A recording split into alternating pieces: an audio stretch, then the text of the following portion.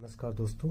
अगर किसी को जुकाम की वजह से ठंड लग गई है या गले और फेफड़ों में कफ जमा हो गया है, बार बार सांस लेने में दिक्कत आती है, बहुत ज़्यादा छींकें आती है, तो उसमें सौसारी काढ़ा बहुत ही अच्छा काम करता है।